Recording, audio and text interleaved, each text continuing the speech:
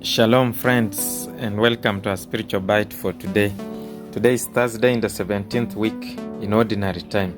And today we read from Exodus chapter 34, where we meet Moses raising a temple for God, and God coming into that temple, his glory descending in that temple as a sign of his presence, his continued companionship with the children of Israel, and how he wanted to guide them into fulfilling his commandments, into living a life that pleased him.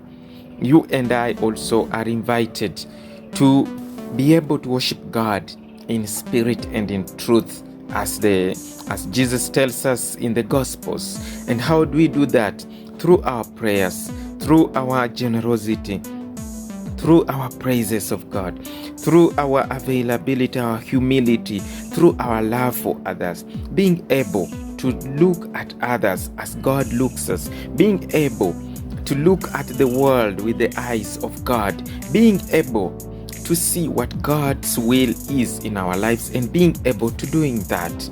That is how we know that we really worship God in truth and in spirit, that we really follow the blow of the wind of the Spirit of God in our lives.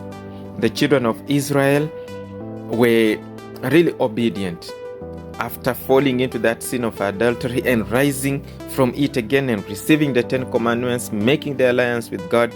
They were really now obedient and determined to really live this covenant which they made with God. And their falling and rising really teaches us also a lesson of what goes on in our lives. We as human beings we don't keep 100% our bargain of the covenant we made with God.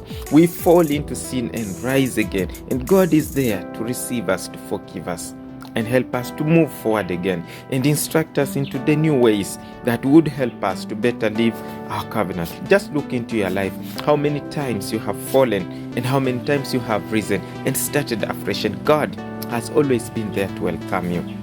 The story of the children of Israel should be an encouragement for you and for me to be able to follow God in the way that is really necessary for our own spiritual growth. God bless you and keep you safe, and have a blessed Thursday.